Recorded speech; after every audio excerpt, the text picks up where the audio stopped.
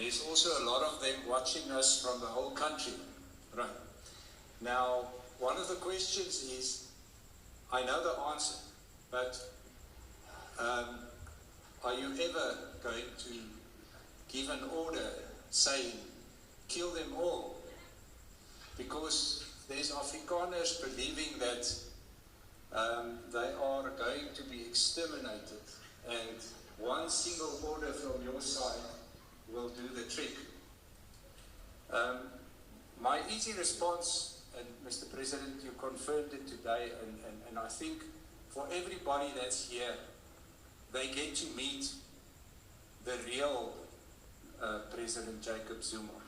I'm not going to try to pronounce your middle name sentence, Mr. President, but I think, and this is the person that we met when I was with Louis, and you took us into your home, and you gave everybody a bit of yourself today. But my answer would be, because you told us that day,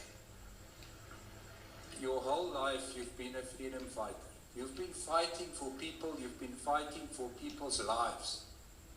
So why on this earth would you now suddenly turn around and give orders to kill or harm people?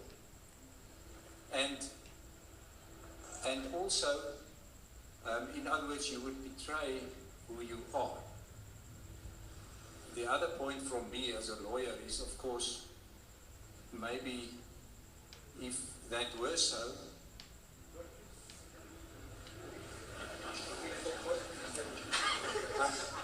I'm sorry, Mr. President, is then, if that was so, you wouldn't have had the problem with the current president no more. So it would have been easy for you to resolve that problem.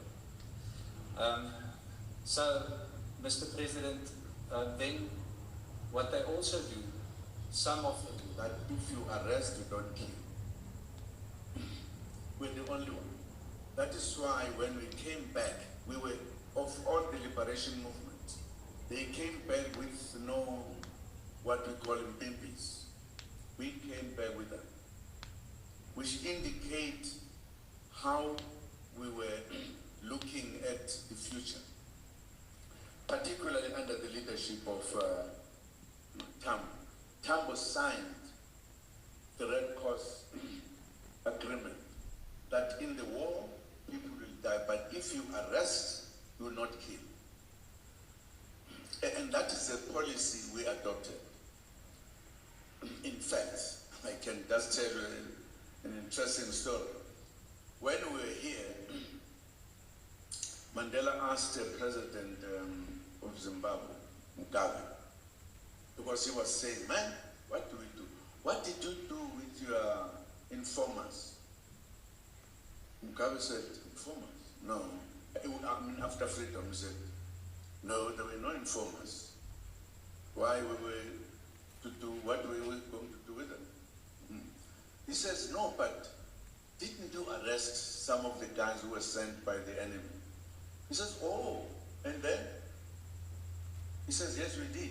So what did you do with them? He said, no, by the time we came back, there was not a single one alive. So we had no problem how to handle them after freedom. We are the only ones who did so. That tells you the policies that we follow, that even other political, in relation, freedom fighters did not do. And I think that's the reason why perhaps I was chosen to come to start talks about talks.